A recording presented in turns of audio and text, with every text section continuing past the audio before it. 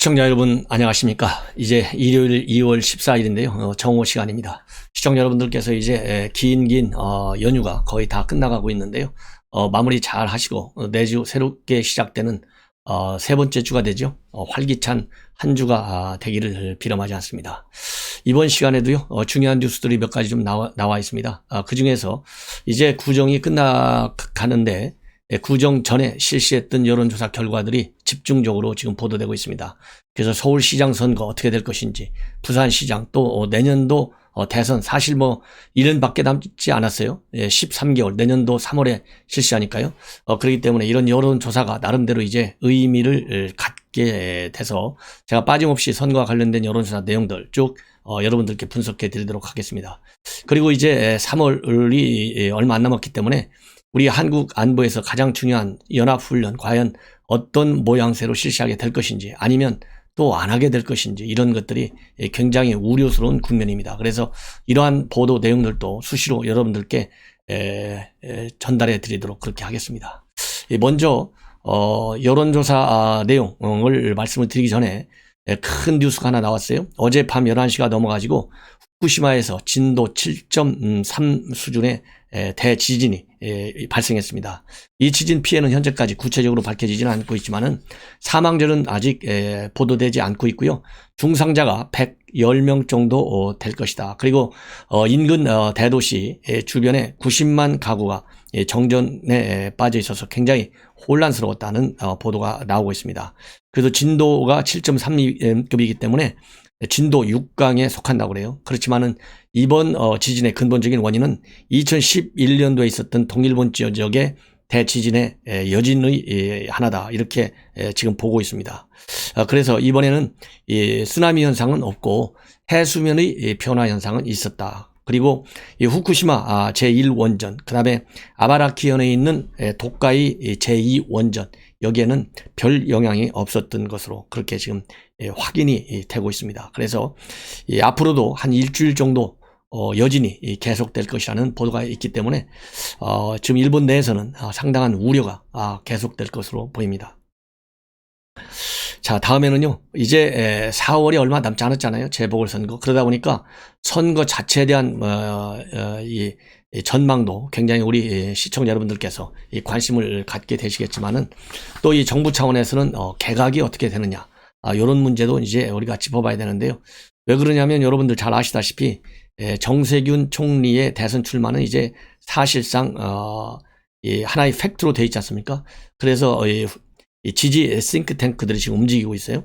그러다 보니까 정세균 총리를 위해서도 개각이 이제 불가피한 것이죠.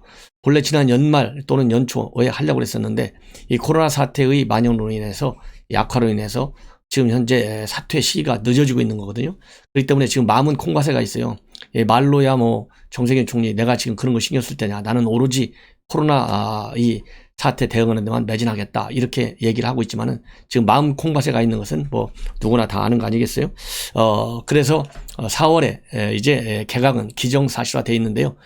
선거가 끝나면 바로 이어질 것 같고, 이번 개각에서는 경제팀들, 조금 오래된 경제팀들의 개각, 그리고 청와대에서는 김상조 도 교체 가능성이 있다, 이렇게 지금 알려지고 있어요. 그래서 앞으로 이 개각할 경우에는 지난번 개각에서 제외됐던 농림식단부, 그다음에 산업부, 고용노동부, 해양수산부, 이런 데가 이 개각 대상이 된다. 그래서 송윤무는 취임 2년 6개월 넘겼고, 김현수 농림부 장관, 이재갑 고용부 장관, 문성혁 해양부 장관이 모두 취임 1년 6개월을 넘은 장수 장관으로 그렇게 거론이 되고 있습니다. 그리고 2019년도 6월에 임명됐던 이 김상조하고 같이 임명됐던 이호승 경제수석도 교체 명단에 오를 가능성이 있고요.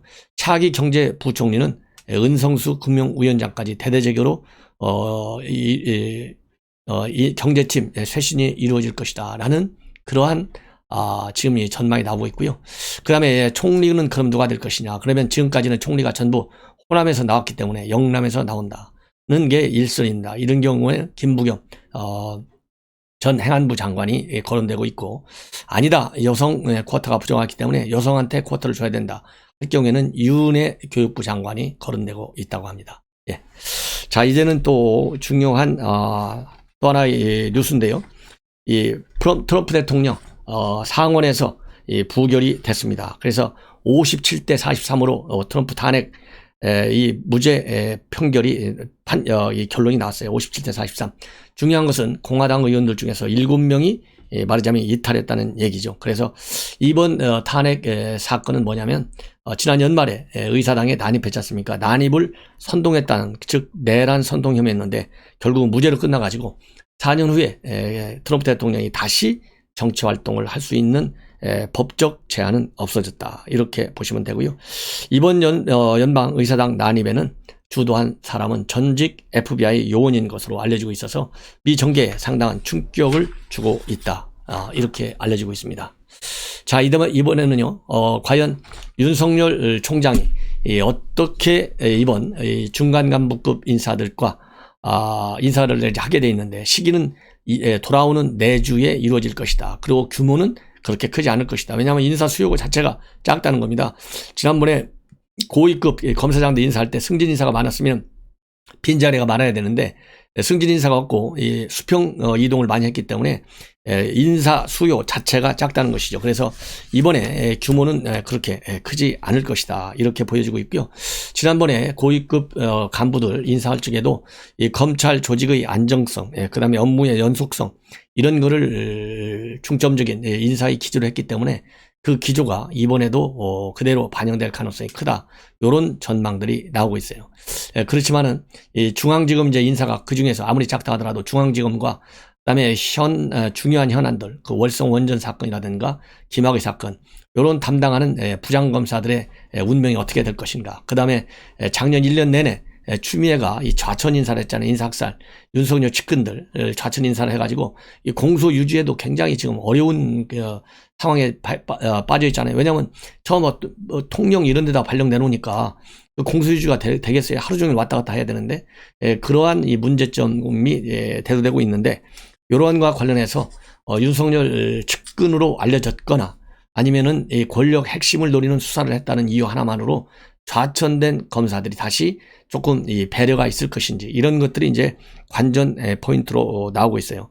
그래서 이제 가장 큰 관전 포인트는 뭐님 해도 이 중앙지검의 이 중간 간부 검사가 이제 차장 검사하고 부장 검사들 어떻게 될 것이냐, 이것이 굉장히 큰 이 관심 사항입니다. 그래서 더군다나 지금 현재 중앙지검의 경우에는 지금 1차장 김옥준 차장검사가 사표를 내서 공소로 돼 있고요. 나머지 2, 3, 4 차장검사가 전부 다 지난번 추미애 윤석열 몰아내자 할 때 이 추미애 지휘부에 반기를 들었던 사람들이고, 이성윤 검사장한테 우리 다 같이 사표 내고 나가자, 이 사퇴 압박을 넣었던 사람들이에요. 그래서 이 사람들을 어떻게 할 것이냐. 그리고 지금 현재 이 채널 A 사건, 특히 한동훈 검사장의 공모 혐의와 관련해서 강력히 말하자면 수사팀을 이끌면서 무죄를 주장하면서 이성윤 지검장에게 결재를 들이밀은 변필군 형사부장, 이런 사람들을 과연 어떻게 내칠 것이냐 아니면 그대로 줄 것이냐, 이런 것들이 지금 관전 포인트로 올라와 있습니다. 제가 보기에는요, 이번 우선 이 검사장 이 중간 간부 인사와 관련해서는 지난번에 이미 쇼를 한번 했어요. 쇼했다고 해서 비판이 더 커졌습니다. 뭔가 모양새는 갖추는데 그렇게 노골적인 쇼를 할 거라고 예측한 사람들은 많지 않아요. 박범계. 그래도 상당수의 우리 야권 국민 여러분들은 박범계가 저게 만만치 않은 사람이기 때문에 쇼하더라도 단단히 할 것이다, 이렇게 생각했겠지만은 정상적인 상식적인 수준에서 본다면 이번 고위급 인사와 관련해서 윤석열 총장과 그 쇼를 저렇게까지 치밀하게 했을 거다. 그 명색이 그래도 장관인데 이거는 참 정상적이지 않은 인사의 하나의 틀이었지 않습니까? 그러다 보니까 이번에도 그러면 다시 윤 총장하고 상의를 할 것이냐. 제가 보기에는요, 직접 상의 안 한다. 그리고 상의한다 하더라도 윤석열 총장 이번에는 응하지 마십시오. 2번씩 쇼하는 무대를 왜 만들어줍니까? 그래서 대검 차장 정도나 아니면 기조부장 인사를 책임지고 있는 이런 사람들을 통해서 검찰국장 정도고 둘이 얘기하면 되지 뭐 굳이 나서느냐. 더 이상 무대에 판을 깔아주지 말아라, 이렇게 저는 얘기를 하고 싶어요. 그래서 윤 총장이 응하지 않는 것이 좋겠다. 그리고 제가 보기에 윤 총장 그 아직 살아있는 패기가 있잖아요. 응하지 않을 것 같아요. 그리고 그럴 가능성이 있기 때문에 박범계도 어설프게 한번 만나자 이렇게 쇼를 2번씩 하기는 어려울 것 같습니다. 그래서 실무선에서 협의하는 모양새는 갖출 것이다. 그리고 지난번에 사진까지 내놔가지고 얼마나 폼을 다 잡았어요. 쇼를 했잖아요. 홍보를 하고. 그래서 이번에도 언론의 보도는 시킬 거예요. 아, 누가 이런 중간 간부 인사를 위해서 협의하기 위해서 만났다. 요렇게 얘기는 할 것 같습니다. 그렇지만은 이 실질적인 협의는 사실상 이루어지지 않을 것이다. 이렇게 보고 있고요. 그 다음에 친정 체제를 이번에 더 가속화시킬 것이다. 왜냐하면 이번 인사들이 말이죠, 이 재보궐선거 선거법 위반 사건도 다루게 돼 있지 않습니까? 그 다음에는 중요한 것은 4월 재보궐선거가 끝나면 바로 대선 국면으로 진입하게 돼요. 대선 국면으로 들어가면 선거 사범들이 늘어날 수밖에 없어요. 두 눈을 부릅뜨고 야권 감시해야 될 거 아니겠어요? 그렇기 때문에 중앙지검이 제일 중요하잖아요. 그래서 친정체제를 구축할 것이다. 그리고 친정체제를 구축할 수 있는 명분이 생기는 게 이번에 유임시켰잖아요. 이성윤을 유임시켰다는 얘기는 문재인 대통령이 자기 경희대 후배 반드시 총장 시켜가지고, 사실상 지난번에 고위 검사장 인사는 내년도 대선을 앞둔 전초전적인 인사예요. 그리고 이번 7월 달에 윤석열 총장이 이제 자리를 내놓으면 그때 이루어지는 검사장급 인사가 정말 내년 정권 재창출을 위한 이 애완견 중심의 인사가 될 것이 저는 뭐 120% 확실하다고 봅니다. 그렇기 때문에 이번에는 전초전의 인사가 될 것이다. 중앙지검이든 다른 데든. 그래서 특히 중앙지검이 가장 중요하잖아요. 그러니까 중앙지검장이 항상 검찰총장 하지 않습니까? 대부분 많은 경우. 그런 것처럼 친정체제를 더 강화시켜주는 인사를 할 것이다. 요렇게 저는 보고 있습니다. 그래서 여러분들께도 또 이 중간간부 인사가 발령이 되면 바로 여러분들께 또 보도해 드리도록 하겠습니다. 자, 이제는요, 여론조사 내용을 말씀을 드리겠는데, 여론조사 기관들이 뭐 하도 많고 워낙 많이 하기 때문에 이 수치로 얘기하는 것이 사실 뭐 우리가 다 기억도 안 되고 또 기억할 필요도 없어요. 왜냐면은 어차피 여론조사가 뭐 여당한테 유리하게 나오지 뭐 야당한테 유리하게 나오겠습니까? 예, 다 뭐 속된 말로 밥 먹고 살아야 되잖아요. 여론조사 기관들도 하나의 그 트렌드를 보는 것이죠. 이 흐름을 보는 건데, 이 흐름을 보면 1강 2주 체제, 2중 체제가 굳어지고 있다. 그리고 이제 이 꼬마 후보가 하나 나타나는 것이 정세균 후보예요. 이 정세균은 총리이기 때문에 아직 이 여론조사에서 잡히기는 잡히지만 한 3% 정도 내외입니다. 3%에서 5% 정도. 그렇기 때문에 마의 5%를 정세균 총리가 5월 달에 4월 달에 그만두고 나오면 언제 깰 것이냐가 이제 1강을 아니면 2중을 과연 흔들 것이냐 말 것이냐, 이 파괴력이 어느 정도 되느냐, 이게 심판이 될 텐데요. 현재로서는 지난 연말서부터 이낙연 대표가 쭉쭉 빠지면서 쭉 커가는 그 자리를 메꾸는 사람이 이재명이에요. 그래서 1강 2중 체제, 이재명 1등, 그 뒤에 절반쯤 뒤에 이낙연과 윤석열이 있습니다. 그래서 이 중요한 이번 분석의 이 여론조사는 SBS가 지난 2월 6일에서 9일까지 입소스라는 여론조사 기관에 의뢰해서 조사한 내용입니다. 이걸 가지고 대선, 그 다음에 이번 4월 재보궐선거 흐름을 여러분들께 말씀을 드리겠는데요. 이 우선 대선과 관련해서는 이번 그 이재명, 이낙연, 윤석열 이렇게 3등 3명인데요. 이재명은 28.6%, 그래서 60대를 제외하고는 전 연령층에서 골고루 지지를 받고 있고요. 이낙연 13.7, 윤석열 13.5 요렇게 지금 나와 있어요. 그리고 이 서울 이번 보선과 관련해서는 이제 또 말씀을 드리면, 이번 보선은 심판 선거가 돼야 되느냐, 아니면은 여권이 승리하게 그대로 밀어줘야 되느냐, 요걸 보면 이번 여권이 승리할 것이다 보는 비율이 23.0, 아니다 야권 승리할 것이야 이건 30.3, 여야 서울과 부산 한 군데만 될 것이다가 28.8입니다. 자, 그리고요, 그러면 서울과 부산 지역에서는 어떻게 나오는지, 이 서울 지역에서는 야권이 승리할 것이다 31.1, 아니다 여권이다 23.6, 그리고 부산의 경우에는 야권이 승리할 것이다는 35.9, 여권이 승리할 것이다는 16.6. 그래서 여야 간 비율이 거의 배 차이가 압도적으로 유리하게 야권에 나오고 있어요. 그래서 이 판 자체는 부산 지역이 야권에 굉장히 유리하다. 예. 그리고 서울 지역의 경우에는 31.1, 23.6대 야권이 8% 정도 앞서고 있어요. 그럼에도 불구하고 한 곳만 승리할 것이야 서울 시민들이 보는 게 29.3. 그 다음에 부산 시민들도 한 곳만 승리할 것이야 보는 것이 31.2로 되어 있습니다. 그리고 참고적으로 말이죠. 이 서울 지역의 이 경우에는 민주당 지지율이 38.5, 국민의힘이 20.8입니다. 그래서 민주당이 거의 배 정도 커요. 그런데 부산 지역의 경우에는 죄송합니다. 이 38.5 대 20.8은 전국입니다. 전국에서 민주당 38.5, 국민의힘이 20.8. 이 국민의힘이 20%대에서 정체되어 있는 것이 굉장히 큰 머리 아픈 골칫거리예요. 그 다음에 서울 지역 정당 지지율과 부산 지역 정당 지지율을 보면 서울 지역의 경우에는 민주당이 36.3, 국민의힘이 18.7 절반이에요. 근데 부산 지역은 국민의힘이 31.5 그리고 민주당이 28.6. 그래서 이 부산 지역의 경우에는 야권이 될 것이다 라는 비율하고 국민의힘 지지율이 높습니다. 그런데 서울 지역의 경우에는 야권이 될 것이라는 31.1인데 비해서 국민의힘 지지율이 20.8%밖에 되지 않아요. 이 11.1%가 좀 상당히 유동성이 큰 표다. 저는 그렇게 보고 싶습니다. 그리고 서울 지역 민심 여론조사를 보면 부동산 문제가 가장 큰 변수일 것이다가 57%입니다.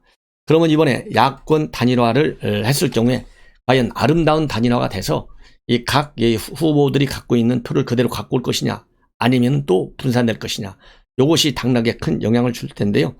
이 단일화 과정에서 이 아름다운 단일화를 위한 변수들 이게 만만치 않아요.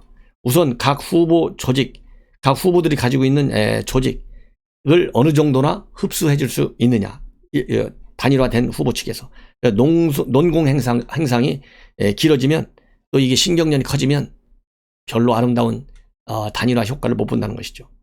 그 다음에 국민의힘은 우파고 제3지대 후보들 금태수나 안철수 중도층인데 이게 과연 한 사람의 후보가 나타났다고 했을 경우 화학적 결합이 이루어지겠느냐 이것이 또 두 번째 변수. 그 다음에는 이제 후보자 간의 상호 개인적인 신뢰도 그 다음에 동지의식 이런 것들이 어느 정도나 되느냐 이런 한 세 가지 정도의 변수들이 이 단일화의 이 시너지 효과를 내느냐 아니면 오히려 더 부작용을 낼 것이냐 여기에 큰 변수가 되고 있다. 그 다음에는요 이번 이 서울과 부산에서의 선거 쟁점은 야당에서는 성비위 사건, 그 다음에 블랙리스트 사건, 김명수 사건을 이슈화하는 것이고 여당은 오로지 돈 선거다. 그래서 재난지원금 빨리 주자. 그리고 부산의 경우에는 가덕도 신공항 빨리 꺼내주자. 이것이 다 돈과 관련된 것 아니겠습니까? 이렇게 해서 지금 여야 간의 선거 이 전반적인 이 흐름을 여러분들께 말씀을 드렸습니다. 이제 마지막으로 이 3월 달이 되면 연합훈련을 할 거냐 말 거냐 지금 그러지 않아도 한미 양국 간의 신경전이 벌어지고 있는 것으로 지금 알려지고 있어요. 미국에서는 무슨 소리야 그냥 해야지 이렇게 돼 있고 서울에서는 이인영 이런 사람들이 정의용 이런 사람들이 무슨 소리냐 안 해야지 지금 반대의 목소리로 내고 있어요.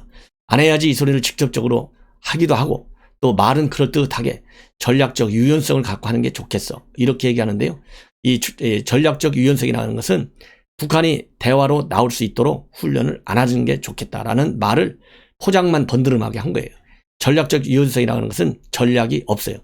유일한 지금 현재 여권의 전략은 무조건하고 김정은이가 지난 1월 달에 당대회에서 뭐라고 그랬어요.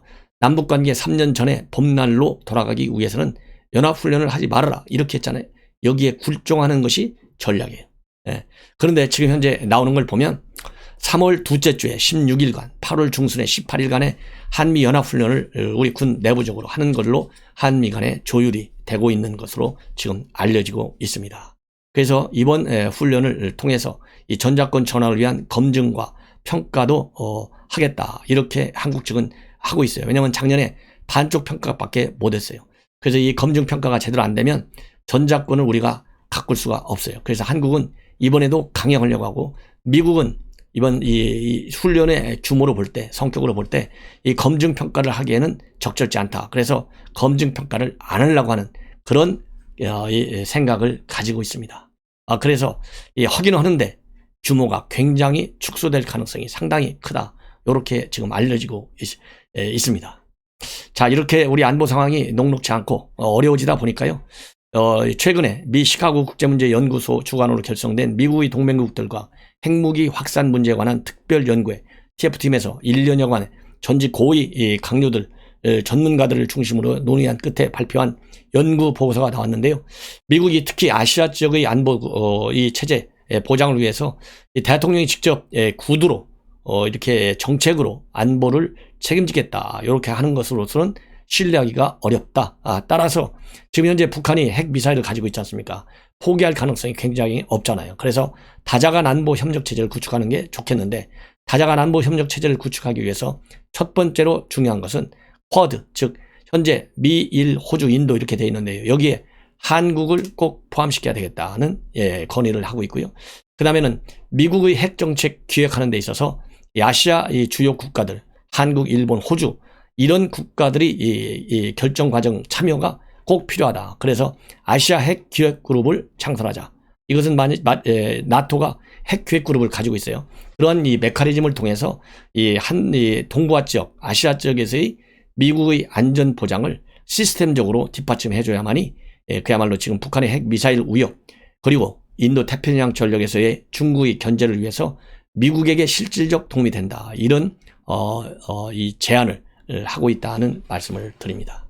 그리고 이제 마지막으로 한 말씀만 더 드린다면, 이 광명성절이 2월 16일입니다. 그래서 오늘이 14일이잖아요. 화요일 날인데요. 이 광명성절 때 김정은이가 또 한 번 도발을 할 것이냐 안 할 것이냐 이런 데 대해서 지금 현재 전문가들은 할 가능성이 많다라고 보는 그런 전문가가 조금 많은 편이에요. 다수예요. 뭐 이거 점치기는 어려운데요. 제가 보기에는 이번에 지금 바이든 정부가 출범한 지 얼마 되지도 않았고, 지금 바이든 정부가 북한에 대해서 강경 입장을 견지하고 있습니다. 그래서 이렇게 바이든 행정부에 대해서 강대강 선대선으로 나가겠다 이렇게 지난 1월 달 당대회에서 발표를 했거든요. 그런데 강대강 선대선 이 입장을 발표했는데, 여기서 먼저 김정은이가 나도 강으로 나갈래 이렇게 해서 먼저 치고 나서기에는 지금 김정은이가 뭐라고 그럴까요? 힘이 없어요. 한마디로 벼랑 끝 전략을 구석을 찌게도 어느 정도 버틸 힘이 있어야 되는데, 지금 상황은 코로나 사태 등등으로 인해서, 그리고 경제개발 계획의 전면 실패로 인해서 굉장히 어려운 국면입니다. 그렇기 때문에 그야말로 이 블러핑 차원에서의 힘의 과시라고 할 수 있는 도발을 군사적으로 하기는 어려울 것이다. 그래서 이 도발을 직접적으로 뭐 미사일 뭐 이런 거 도발은 굉장히 어려울 것이고요. 그저 현지 군사 현지 지도 정도로 하거나, 아니면 미국에 대해서 일정 수익의 말폭탄 정도의 도발, 아주 낮은 수준의 도발 정도나 가능하지, 본격적으로 바이든을 테스트하는 도발은 하기가 어려울 것이라는 것이 저의 결론입니다. 시청자 여러분, 이것으로 일요일 정오 뉴스를 마치고요. 또 중요한 뉴스 여러분들께 계속 보도해 드리도록 하겠습니다. 시청자 여러분들께서 주변 분들에게 꼭 구독을 좀 권유해 주시고, 또 여러분들 생각이 같으시면 꼭 SNS를 통해서 공유해 주시면 대단히 고맙겠습니다. 감사합니다.